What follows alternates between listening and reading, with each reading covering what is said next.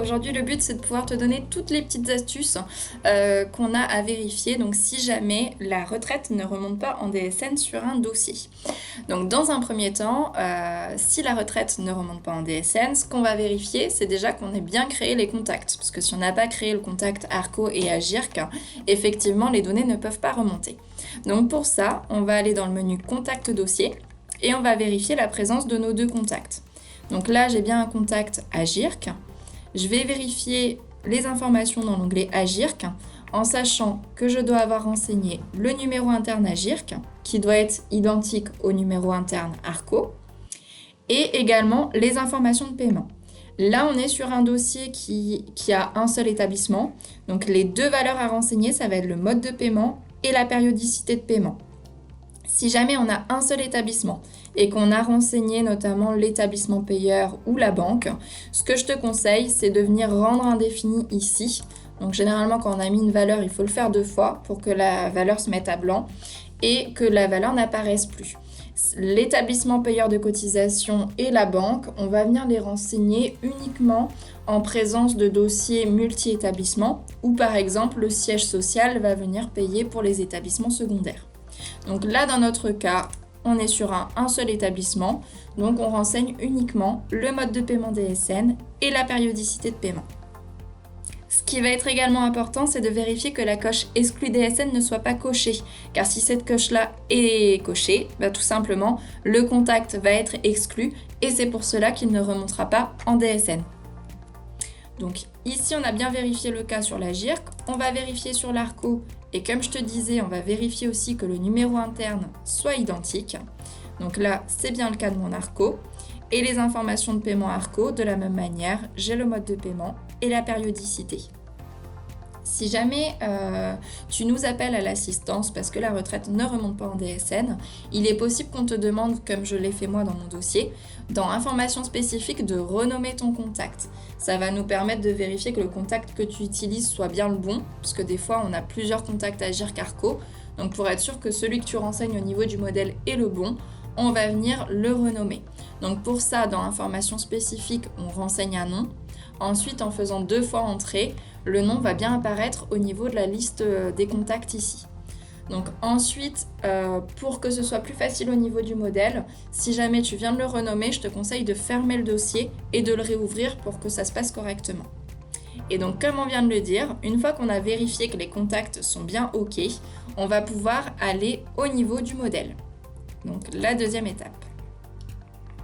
Donc sur l'ensemble de mes modèles, je vais venir vérifier que dans la partie contact du modèle, mon contact AGIRC et mon contact ARCO soient bien renseignés. Donc pour ça ici, donc je vois bien qu'ils sont présents. Ce qui est possible également qu'on te demande si jamais ta retraite ne remonte pas en DSN, ça va être de repointer les contacts. Ce qu'on appelle repointer les contacts, tout simplement, ça va être au niveau du modèle. Sur le contact en question, on va remettre le point d'interrogation pour revenir saisir ensuite le bon contact. Donc ça, je le fais pour l'ensemble de mes contacts ARCO AGIRC et sur l'ensemble de mes modèles. Ensuite, on va reprendre le cas général. Dans les vérifications, ça va être de vérifier au niveau de mon salarié, sur son contrat, que dans Calcul bulletin et dans les contacts du salarié, les contacts remontent bien à ce niveau-là. Donc si on vient de paramétrer le modèle, que les contacts n'étaient pas paramétrés dans notre modèle, si notre bulletin était calculé, on va donc l'invalider. Et au niveau du contrat, on va faire aussi ce qu'on appelle repointer les contacts. Donc dans les contacts du salarié, on va venir remettre le point d'interrogation. Et là, automatiquement, le contact va revenir. Le contact, tout simplement, comme il est paramétré dans le modèle, le fait de remettre le point d'interrogation, ça dit au logiciel d'aller chercher le contact qui est présent dans le modèle rattaché à mon salarié. Donc voilà à ce niveau-là ce qui est à vérifier. Donc je vais pouvoir recalculer mon bulletin et ensuite retransmettre ma DSN. Dans le cas où quand je retransmets ma DSN, ma retraite ne remonte toujours pas, donc déjà il faut vérifier si c'est la cotisation au niveau du salarié qui ne remonte pas ou si c'est uniquement le versement. Si c'est une question de cotisation qui ne remonte pas au niveau de certains salariés, il faut vérifier au niveau du salarié, dans la valise naissance, la présence du code pays, du pays de naissance, du pays de nationalité et de la nationalité. Ces 4 valeurs-là, elles sont importantes et si elles sont mal renseignées, par exemple si dans le code pays ISO je marque France au lieu de FR, ça peut parfois soit ne pas faire remonter du tout mon salarié dans la DSN, soit empêcher la retraite de remonter. Donc là, il faut bien faire attention à renseigner les bonnes valeurs. Et ces valeurs-là, elles se renseignent comme on le disait, donc sur le salarié, dans la valise naissance. Et donc ici, les 4 valeurs sont importantes. Et avec bien sûr les valeurs obligatoires que sont la date de naissance, la commune de naissance, le département. Ces valeurs-là, par contre, dans la valise coordonnée, je ne vais pas les renseigner. Le code pays et le nom du pays, dans la valise coordonnée, sont à renseigner uniquement pour des salariés qui vivent à l'étranger. Donc là, ce n'est pas mon cas. Donc mon salarié, je ne renseigne pas dans coordonnées le code pays et le nom du pays. Si malgré tout cela, ma retraite ne remonte toujours pas en DSN, je vais vérifier notamment si je suis un tiers déclarant, la validité ici donc du paramétrage de mon entité. C'est-à-dire que je vais d'abord tester en me mettant sur le nom du dossier. Dans l'onglet DSN, je vais décocher le fait que je sois un tiers déclarant et dans émetteur des déclarations, je vais cocher que je suis un établissement de l'entreprise. Si de cette manière-là, quand je transmets ma DSN, la retraite remonte, c'est dans ce cas-là que le problème vient de mon entité. Il y a un problème de paramétrage sur mon entité. Donc je vais te montrer les valeurs qui sont à vérifier dans l'entité. Donc dans mon entité, au niveau de mes contacts, je vais vérifier donc, en faisant bien attention à l'échelle des temps, donc au mois de janvier, je vais vérifier la présence des informations obligatoires. Donc notamment le SIREN et le SIRET, et également les valeurs qui sont encadrées d'un cadre bleu. Donc ici le code NAF, donc il est bien présent. Ce que je peux faire quand même, ça va être de l'effacer, de le réécrire et de bien sélectionner l'activité qui m'est proposée. L'activité, je n'ai pas à la saisir manuellement, je dois vraiment pouvoir la saisir d'ici. Donc ici, elle s'est bien remise. Donc en cadre bleu, j'ai également le code postal.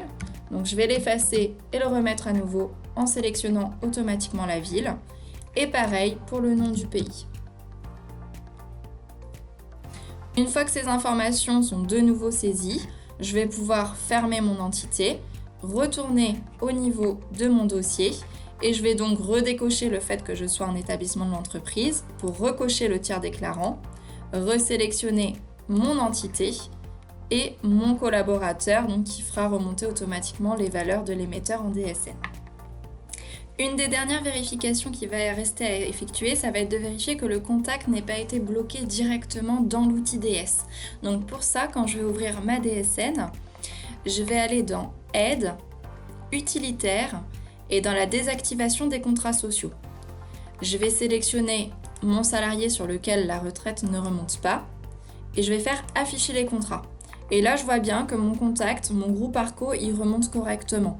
Donc en l'occurrence, s'il avait été désactivé, il serait apparu barré comme ceci. Donc je le coche et je le réactive. Là, c'est pas le cas, donc effectivement, il n'y a pas de raison qu'à ce niveau-là, ce soit bloquant. Donc je vais pouvoir fermer ici.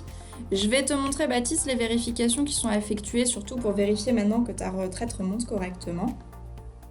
Donc dans un premier temps au niveau des cotisations du salarié et dans un deuxième temps au niveau des versements.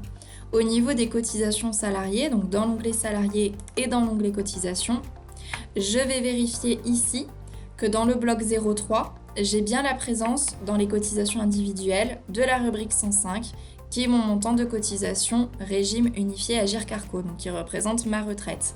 Et donc éventuellement la réduction générale qui va avec si mon salarié en bénéficie. Donc là, je peux voir que la retraite remonte bien au niveau des cotisations de mon salarié. Pour être sûr que tout soit bon, je peux également vérifier au niveau du contrat que tout en bas, le code RUAA remonte automatiquement. Donc normalement, avec toutes les manipulations que je viens de te montrer, Baptiste, le fait de repointer les contacts, etc., va vraiment faire remonter ce code automatiquement, le RUAA.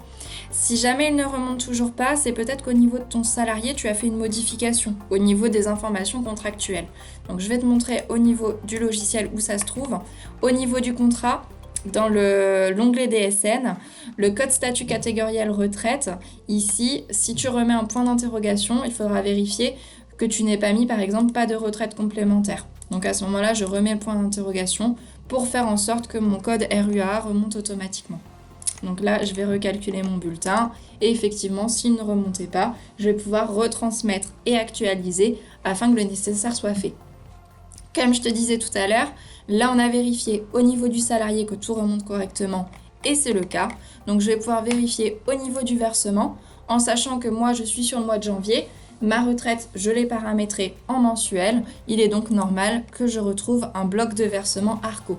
Si jamais j'avais paramétré mon contact au trimestre, à ce moment-là, sur le mois de janvier et le mois de février, je n'aurai pas mon bloc de versement ARCO, mais il apparaîtra donc sur le ADSN du mois de mars. Donc tant que je vérifie qu'au niveau de mes salariés, les cotisations retraite remontent correctement, il n'y aura pas de souci après pour que ça remonte automatiquement sur le mois de mars. Je peux vérifier comme ça pour être sûr que ma retraite remonte bien au mois le mois. Voilà, je pense que là maintenant tu as toutes les clés pour faire remonter la retraite automatiquement dans ta DSN.